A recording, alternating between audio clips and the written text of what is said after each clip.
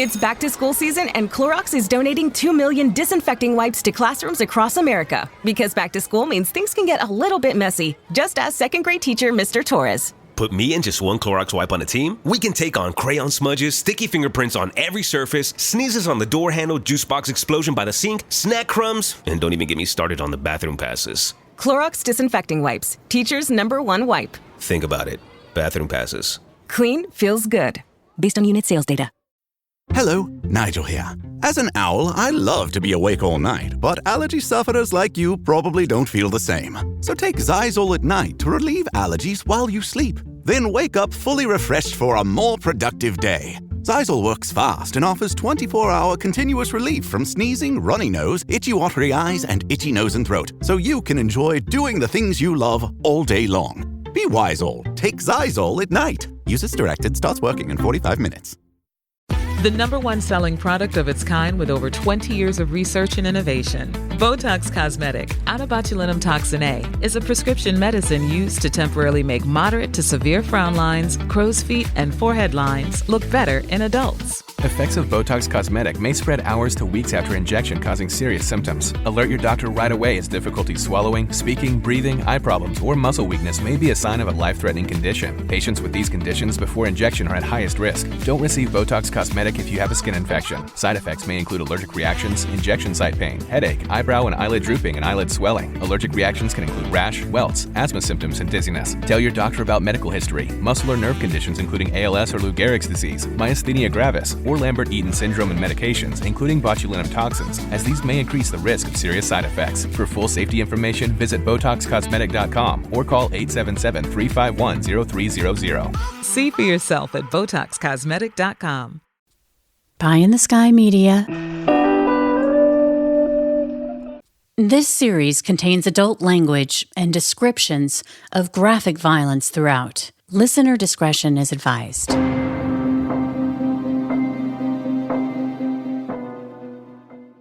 Three, two, one. Hello and welcome back, Murder Chronicles Nation. With you as always, I'm Brandon. I produce the show with the great Carolyn Osorio. Hello, Carolyn.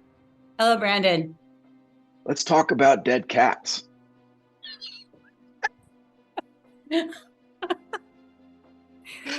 Let's downshift into animal cruelty. Yeah.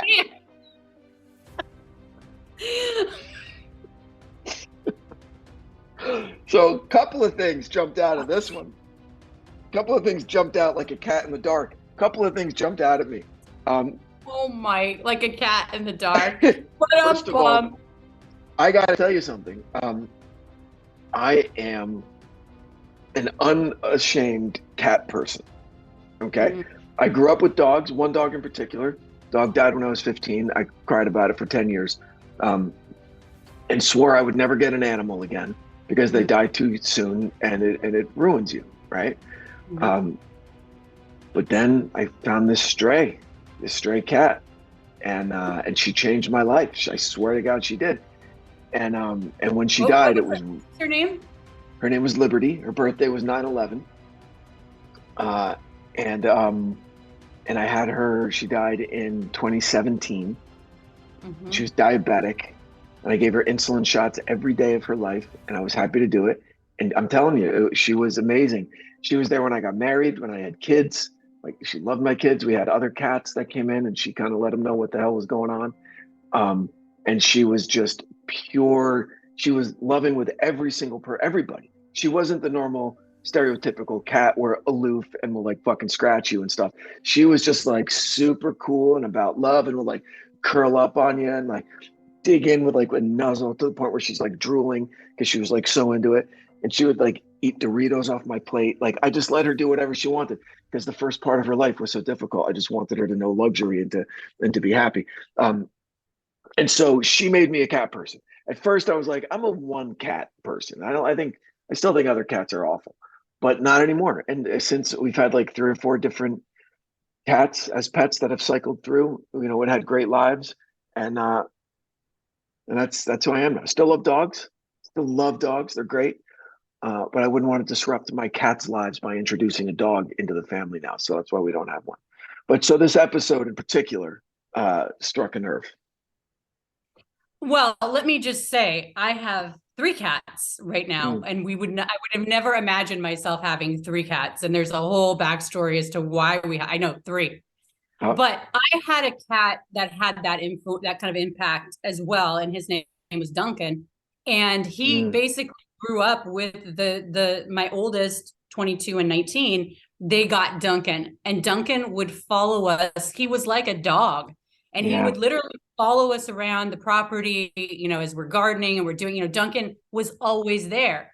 He was always, always, always there, and just a special, really special kind of cat, right? Yeah. And so Duncan died defending our property when he was like killed by raccoons.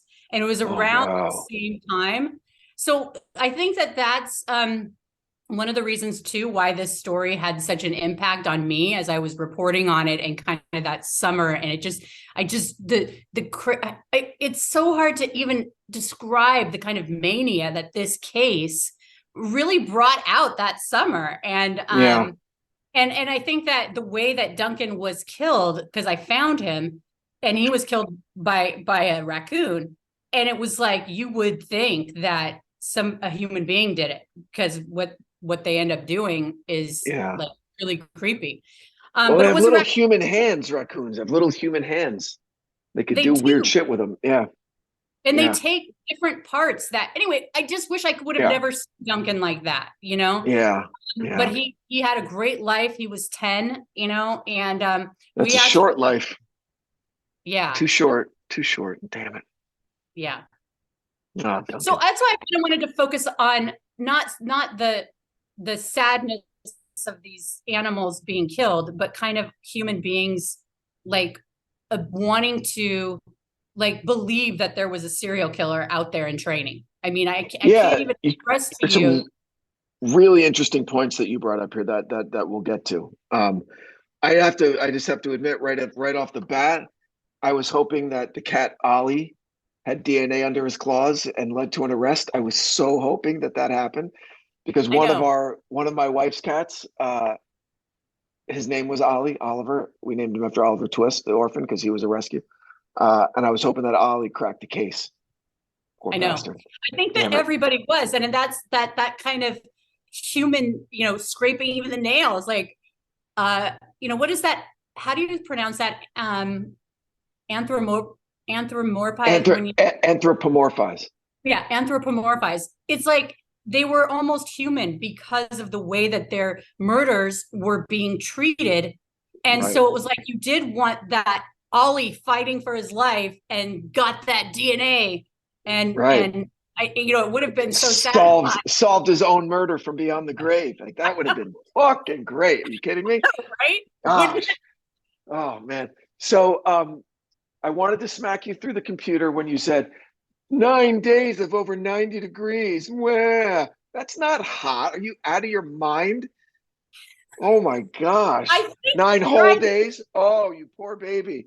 Gosh, that's insane. That's like, but then you said not everybody has AC, and so that's a different. We take summer vacations up in Lake Arrowhead. It's a mountain community about an hour and a half out of LA, and you're up at high elevation, and so there's no AC up there because it's always so nice. But one summer we were there, it was about 95 degrees, and it was fucking brutally hot with no AC. So I get it. At first, I was frustrated with you, but And then I said, okay. you add that smoke to it.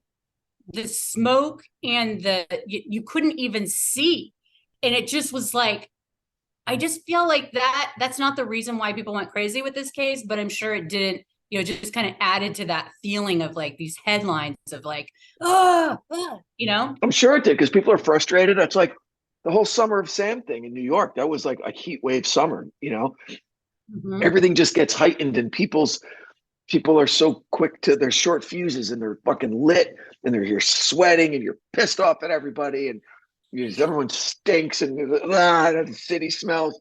Yeah, it was insane. But so how big of a city is Olympia in relation to Seattle? Because I know Olympia is the capital city, right?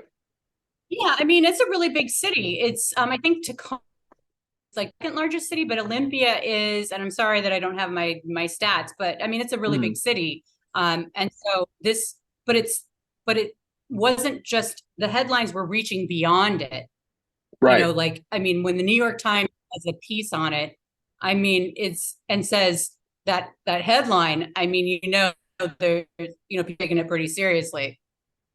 Yeah. And the headlines, well, it's an interesting dynamic that we run into a lot, especially with my wife. I'm an animal lover. My wife is an animal lunatic animal lover. And we can watch like a television show where humans are being treated so poorly and crazy and being tortured or whatever. But then one thing with like a CGI animal that gets shot or something, she fucking freaks out. How dare they do that? Was that a real animal? Can they do that? Was this in a foreign country where they don't have the rules that we have and the animals are really dying? Like, and so, and one of the interview guests said it, with an animal, it's somehow worse because they're blameless, they're innocent, and they trust us, especially dogs and cats that are bred for thousands of years to cohabitate with humans and to trust us, and to use that against them. That just strikes a chord with, if you're the type of person that doesn't bother, that's a red flag for me. Yeah, you think? Yeah. You're the type of person that's holding out tuna and luring them away? Like, no. If you're the type of person where like a cinematic death of an animal doesn't bother you more than a cinematic death of a person, right? Oh, like like that. That's it's the thing. So unnecessary. Like, they're totally innocent. Like, why would you even go there? But I mean, it's the same thing with children, but I think that she nailed it when she said that. It's like, it's completely innocent person, animal, and they trust us, and you betray that trust. It's the ultimate betrayal. Yep. All right. So let's get into that summer. So it's 2018. What is mine? Oh, there it is. He said, when emotions go up, our ability to reason goes down. Okay. So we're in a heat wave. The fucking world is on fire, right? There's smoke everywhere. And you find like something out of like an animal version of fucking Apocalypse Now or The Heart of Darkness. It's like Heart of Darkness meets Dr. Moreau, where you have a cat's head like on a fucking pike. Okay. Like that's what started the hysteria, right? Yeah. I mean, I think it was the ramping up. And I think too, why it also struck a chord with me as well is because, like, before I started doing a true crime podcast, I never really admitted that I was interested in true crime. It was kind of always something I kept. It wasn't like a secret or anything. It just kind of seemed like one of those things where it's like, I really shouldn't be into this, but I am, right? And so when this case came up, and I was like, oh my gosh, I want to talk to the FBI profiler. Oh my gosh, I want to, because I mean, I was already like, was getting the juices flowing, just trying to figure out, like, I was like everybody else, where it's like, is this evidence that this person, he could be killing someone that, imminently? So I think that it started slow in July, and then all of a sudden more and more, and it was like every headline, and then the reward kept going up, and then in the news biz, it's always about following up with that story. Like, what's the next layer to it? You got this story. Okay, let's talk to the veterinarians that deal with this kind of thing, like animal cruelty. Let's talk, whatever angle, every angle was being, analyzed, and it was like, it didn't stop. It kept going. Did you cover the angle as a reporter of, is this a serial killer in training? Are humans next? Like, did you contribute to that confirmation bias or that hysteria? No, because at the time I was hosting the 5 a.m. and I was doing anchoring. So I was not doing like front lines, shoving a microphone in someone's face for it. But I was definitely thinking, oh, I'd love to do a feature piece and speak with an FBI profiler and that kind of angle. So no, I wasn't doing that, but I could definitely see why people would. And, obviously, people were, and then you heard the interview, you heard the people that their pets had died. So that brings that other extra level. And then you had the Facebook groups, and people were going out and talking to them, and they were like, we don't feel safe. We've got to protect ourselves. got to protect our pets. And so for me, it's like, yeah, it's not a fun topic to discuss in terms of the cats. It's why humans do what they do is always interesting to me. And so for that, that part alone just was fascinating. We'll be back after a quick break. This Friday, Jamie Lee Curtis and Lindsay Lohan are back to switch things up in Disney's Freakier Friday. OMG, yes. It's an absolute riot, and the only movie that can be described as So much weirder than the last time. What last time? it's the frequel You ready? we've been waiting for. That absolutely slays. What deeply out of touch old person came up with that? You did. Wow. Don't miss the comedy event of the summer for all ages. Disney's Freakier Friday, in theaters this Friday. Get tickets now. Rated PG. Parental guidance suggested. It's Wednesday Addams. I see you're trying to distract yourself from your own banal thoughts. Let me help. Here's a recording thing made of my latest root canal.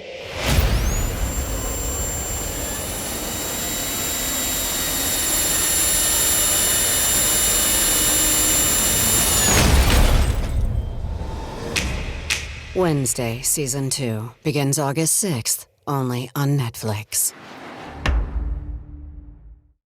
Yeah, I agree. And so this confirmation bias starts. Okay, people, it gets reported somewhere. The triad of the dark triad, super interesting about that, which we'll get to in a second. But they're seeing one of the branches of the dark triad happening almost daily with these animal mutilations, right? And so that it kind of builds on itself, and then the reward money keeps going up. And so now people they think genuinely in fear for their safety, right? Because there's got the next logical step is a human. He's just practicing on these cats. But then right in the middle, you give us a very sober voice, this woman who explains that unfortunate cat that got hit by a car and the body of the cat was moved. And it was obviously, blunt force trauma from a fucking car. But when the animal investigators get there, probably victims of that confirmation bias as well, they go, a human did this. Look at how everything's arranged. Well, no, it wasn't, right? And so I doubt that there was as much coverage given when the medical examiner changed their story to accident as what was given when they first reported that it was caused by a human. Well, yeah, and she said that's what was so impressive about her, the investigator, was that she was like, wait a second, let's stop here. And she was actually at the scene, so she saw the whole thing take place, and that was the key to this is seeing. And that even when she said, "Hey, I think it was hit by the car," and she's like, "No, it's the cat killer." And she's like, I love them. I love these animal folks. Yeah. But, they wanted to believe it. It was like the Amanda Knox case where we covered the confirmation bias. For whatever reason, a lot of people wanted to believe that she was this vixen, that she was this, all those things that we talked about in that episode. And so here you kind of have the same kind of confirmation bias where we all wanted to believe that there was someone out there doing this, Right. Including the animal investigator people that show up, the vet. They're like, this is it. Right. It's the cat killer. It's the cat killer. I know. Exactly. I know. Yeah. But then the weird thing is that there probably was a cat killer, some college student, right? Yeah. So someone got away with some of this shit and almost got, if he or she got caught, they would have been pinned with like 15 cat homicides, or maybe they only did like 2. I mean, 2 is still terrible, and fuck that person. But they probably would have been like not, it's like torches 2 and years, pitchforks coming after him. Yeah, it's like 2 years. It's like 2 years in prison per. I think that I read that somewhere. That would have been the penalty. So I had a girl I knew in high school who did time for something awful with an animal, like terrible. I don't even want to talk about it. But like, I couldn't believe it. Like a buddy of mine sent me her mugshot. I went, oh, wow, that's cool. Who did that? Is like a joke. He goes, no, dude, this is her like fucking booking photo. Like Google it. And I Google her name. I went, oh God. Oh, it was just bad. But so So I gotta bring up something here. The dog body that was found in the woods, disgusting, like something out of fucking Predator, right? Skinned. Uh, and the explanation didn't make me feel any better. Oh, Made me right. feel a lot worse, actually. I know, but you can imagine how that, can you imagine that headline going up? Oh, I mean, it looks that ritualistic. It looks fucking ritualistic. Skinned animal. And she couldn't even bring herself to say it. She goes, it's just this creepy, and then stops and then moves on to the next thought. She didn't finish the sentence. But the fact that there was a dog owner out there that was so into their pet that's like, I'm going to keep his skin. Is what, like a rug? Like for what? I They mean, make a no, pillow because out of it? they put it around stuffing, I guess. So it's like becomes like a, I mean, I don't want to get too creepy, but it's like, I mean. No, but for a taxidermist doesn't skin you. A taxidermist keeps like a lot of the structure, like the face and all of that. Right? I pictured what this woman was saying was just the skin, like you're going to go make a pair of chaps or something out of it. I don't think so. I think you that think it was a taxidermist? That's also weird. She said toxic. She said it. Okay, you know what? People love their pets. It's like people who go around and they have like jewelry with their. I mean, who are we to say that's not the right thing to do? And they want to be closer to their pets. Like we have Duncan. We have okay. Brandon's raising his hand. We have Duncan in our yard with a tombstone that my daughter made this beautiful. Great. I mean, great. That's normal. You inter, it's burying. You intern the beloved pet, ashes to ashes, back to the earth, whatever. Our species has been doing it for fucking 200,000 years, right? On our shelves in our library, we have, it's like a fucking mausoleum of our animals that we've had cremated in all these little cedar boxes. I don't like it.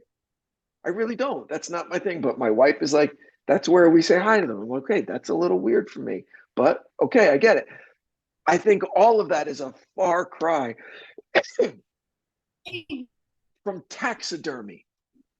And you're okay, wait a second. I'm gonna stop you for a second because here's the thing. If your wife said, Brandon, I need to have Ollie with us and to see, and I'm not joking, I'm being serious. I believe you. This is a person who does it and they do it. And you would be like, you love this person so much that you're gonna put aside what you think. You wouldn't, you totally would. Absolutely not. 100% no. 100% no. The thing would scare the shit out of me in the middle of the night, right? I would think it's a fucking real cat. It would like I'd go to pet him. It's too much. It's weird. It's too creepy. It's way too creepy. No, 100% no. One of my wife's best friends, cat died. She put the cat in the fucking freezer for like 3 months, okay? Because she didn't know what to do with the cat.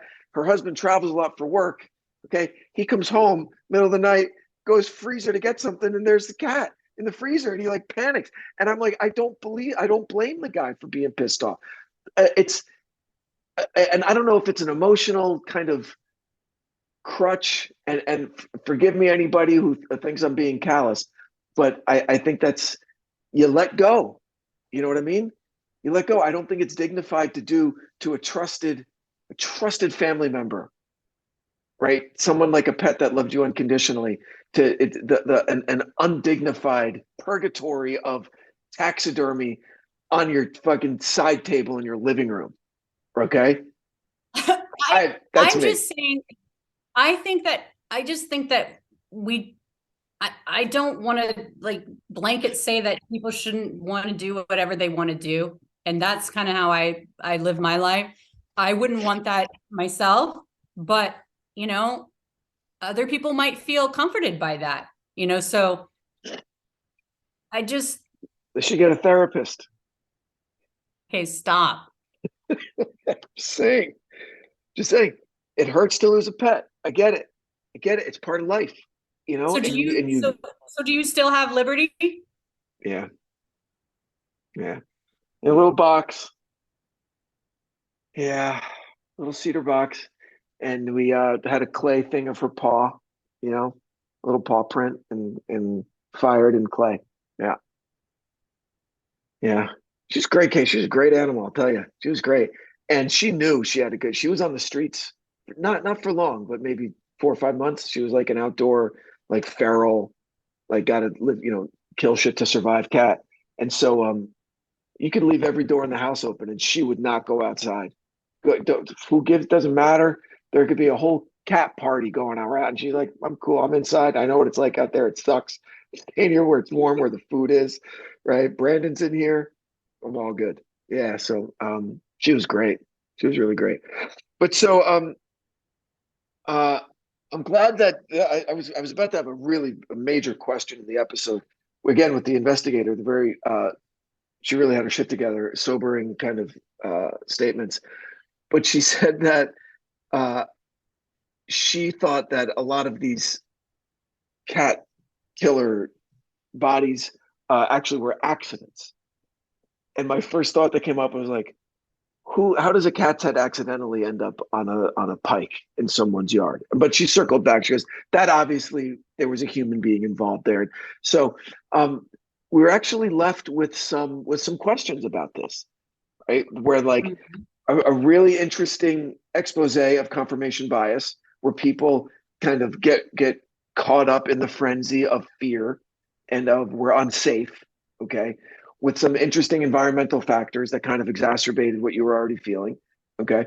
And then there were some legitimate cat murders by an assailant, a human assailant, but then most of them were attributed to either animal or accidental causes. Okay, so it's a really cool, interesting kind of examination of the human condition on several levels here in this episode. What was your takeaway from it? Like, what is the case still open? Did they have any leads on who the person might be or anything? Well, you know what? Then I don't know if you saw Don't F with Cats, but that was an amazing documentary where it was like, and that came out about a year afterwards. So it's like, people were right to feel this way, even though, I mean, my feeling is,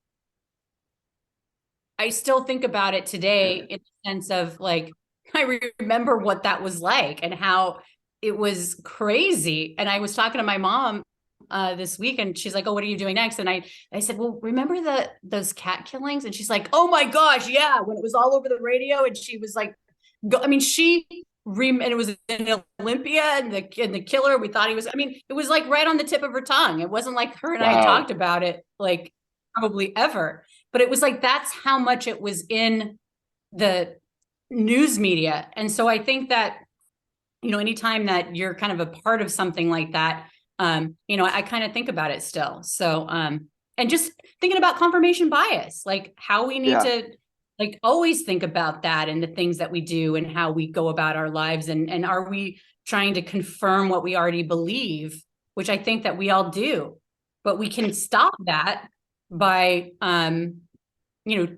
knowing that this exists and that human beings have this ability to want to confirm some belief system that we have, and that needs to be challenged. Right. Well, what do you think about this? I think the title of this episode is misleading. The Dark Triad. I'd like to suggest a different title because I find the Dark Triad fascinating, and I maybe might suggest that you dedicate an episode specifically to investigating the Dark Triad and really digging deep and giving us like a 3-segment, like 3 20-minute segments on each of the 3 kind of things, with some examples from the profiles of serial killers. I think that would be interesting. Yeah. I think you're absolutely right. And then that was another thing that really, I love the FBI profiler when he was like, the cat isn't the intended target, it's Mrs. Jones. And I think that is what, like, wow, right? Like they want to watch. They want to hurt the person. Jones' reaction to it. Right. And that's really, so it's so psychological, it's not just. Can I admit something? I thought that I had zoned out and I had to go back and see if I missed who Mrs. Jones was. This is I know. I'm this is not telling me. Yeah, I know. That's a great song. So let's do that. So let's come up with a new title for this, and I'll change it before it drops. What do you think the title should be? Yeah. Well, it first was Hysteria. There you go. That's what it'll be. That's what we'll call it. Okay. Yeah. Hysterical. No. Hysteria. HISS. Boom. I'm an idea guy. My That's God. how it works.